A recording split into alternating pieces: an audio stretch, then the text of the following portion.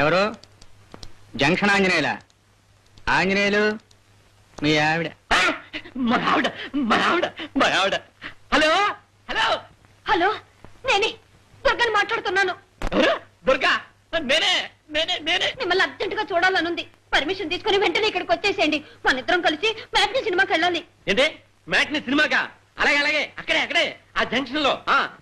Sir, మా ఆవిడతో matinee సినిమాకి వెళ్ళాలి, పర్మిషన్ కావాలి. మ్యాట్నీకా? అవును సార్, మా ఆవిడ మ్యాట్నీ అంటే మ్యాట్నీ, ఫస్ట్ షో అంటే ఫస్ట్ షో. పర్మిషన్ ఇవ్వండి సార్. మ్యాట్నీకి నాకే నో పర్మిషన్. నీకెక్కడ పర్మిషన్? No permission. అంటే నో పర్మిషనా? అయితే ఉద్యోగం తీసేయండి.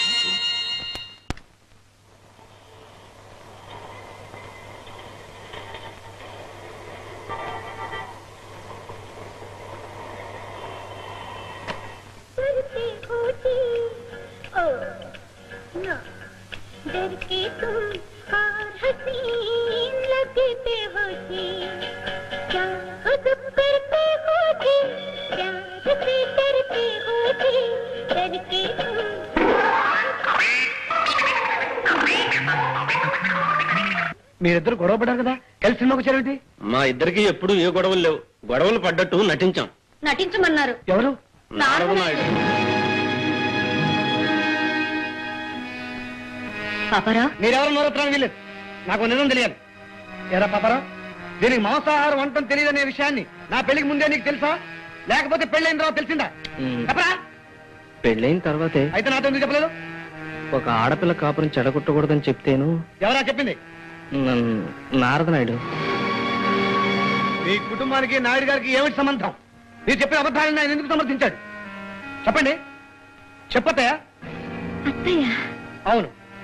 ఇక నుంచి నేను మిమ్మల్ని అలా పిలవాలనుకుంటే, మీ అమ్మాయి నేను ఒకటవ్వాలనుకుంటే, ఇప్పటికైనా నిజం చెప్పండి. మీరు చెప్పిన అబద్ధాన్ని నారద నాయుడు ఎందుకు సమర్థించాడు? అబద్ధాలు చెప్పించింది ఆ నారద నాయుడు.